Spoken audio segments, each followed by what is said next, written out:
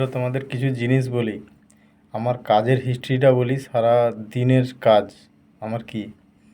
তো আমার কাজ হচ্ছে, আমি এক জায়গায় অফিসে ডিউটি করি, তারপরে আবার এক জায়গায় আবার দু জায়গায় পার্সোনাল কাজ করি বাড়িতে।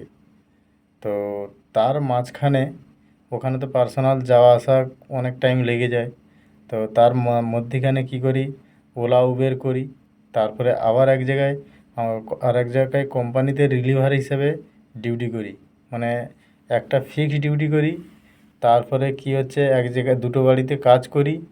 তারপরে 4 নম্বর হচ্ছে রিলিভার করি। তো সারাদিনে আমার এই চ্যাপ্টার থাকে। তারপরে ওলা উবের করি, মানে সারাদিনে আমি 5টা কাজ করে তারপর আমাকে বাড়ি আসতে হয়। তো অনেকটা কষ্ট হয়ে যায়। তো কোনো মনে হয় না, অনেক দিন করছি তাই মনে হচ্ছে না।